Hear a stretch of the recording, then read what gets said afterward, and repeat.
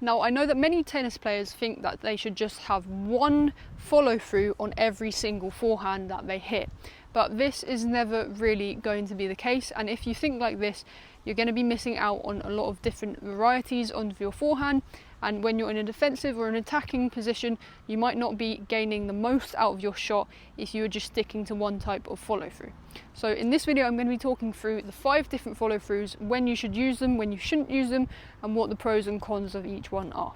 Number 1 is the classic over the shoulder finish.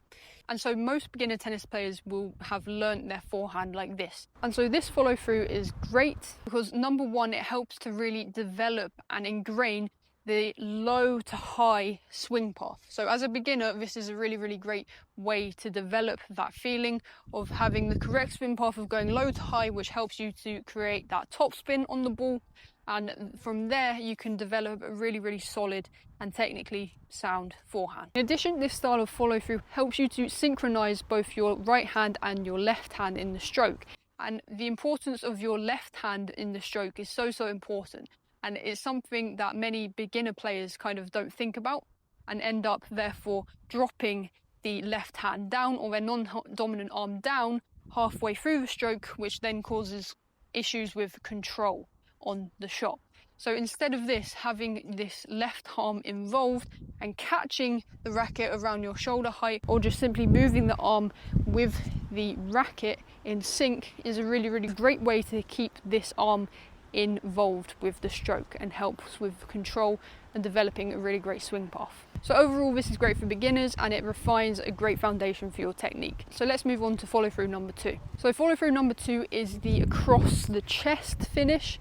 So this is a little bit lower down than the over the shoulder. It's around here, that finish, and this is the most popular finish among high level and professional tennis players. And so this finish is really great because it allows you to hit really aggressively and generate a lot of racket head speed through the shot. And so this finish works really well on higher types of balls. So maybe when you're stepping into the court and you have a shorter ball and you're going to be contacting the ball around your chest height, finishing around your chest height as well is a really great follow through on these types of shots because it helps you to really accelerate through the ball. So follow through number 3 is finishing low around your opposite hip, so coming down and finishing around here. And you see players with the Western grip, so players like Shriontek are often finishing down low with their forehands like this. So this type of follow through is most common with that Western grip, and it allows you to get that really extreme windshield wiper motion with your racket like so. So you're getting so much top spin on the ball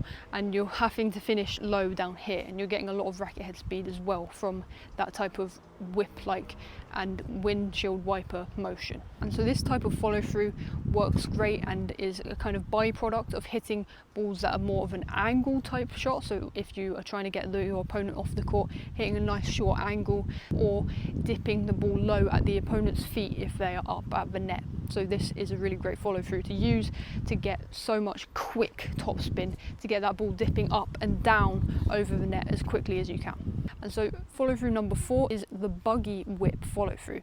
And now many players think that this follow through is just exclusive to the Nadal forehand, but in fact many players use it in certain situations. And so this buggy whip forehand is really great for generating heavy topspin and generating so many RPMs on the ball. So if you want more net clearance, and if you're playing on a surface like clay that really lends itself to hitting with a heavy topspin ball, then using that buggy whip forehand is a great option.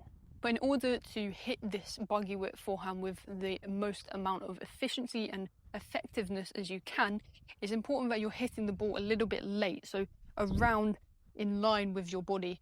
Most players will be either on the run and trying to get that kind of whip like feeling, and this is really great to get that sharp, steep, vertical swing path like so, to get so much topspin on the ball and hit that heavy topspin ball to get that ball kicking up high off the baseline into your opponent's side. So this type of forehand is great to use in defensive situations if you are pushed back behind the baseline and you don't have enough time or enough energy or power to be able to kind of set up and hit through the ball, and instead you want to hit a heavier topspin ball back.